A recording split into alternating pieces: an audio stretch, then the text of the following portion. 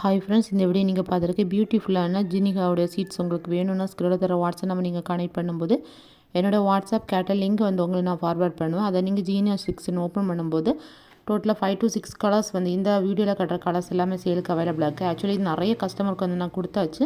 நாளைக்கு நான் packing video வந்து நான் அப்லோட் கொடுக்குறேன், எவ்வளோ சைஸுக்கு நான் வந்து சீட்ஸ் கொடுக்குறேன்னு. ஆக்சுவலி இந்த ஜினிகா சீட்ஸ் ஃபாஸ்ட்டாக வந்து க்ரோத் ஆகும். 5 to 6 டேஸ்லேயே வந்து அது முளைக்குது. நீங்கள் கிரவுண்ட் லெவலில் போட்டாலும் சரி, அங்கே க்ரோ பேக்லேயும் பாட்லேயும் ஒரு பெரிய சைஸ் பாட் வந்து சூஸ் பண்ணால் பார்க்க பெட்டராக இருக்கும். நிறைய பிரான்ச்சஸ் வந்து ஃபார்ம் ஆகும், அப்போ தான் நிறைய ஃப்ளவர்ஸ் வைக்கும். சின்ன சைஸ் பாட் வந்து சூஸ் பண்ணாதுங்க.